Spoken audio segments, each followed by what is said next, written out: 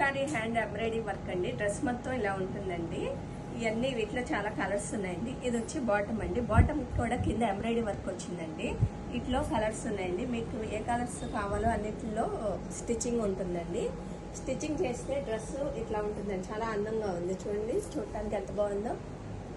Top అండి, ఇది bottom అండి. బాటమ్కి కింద వర్క్ వచ్చిందండి. ఇది దుప్పట్టా అండి.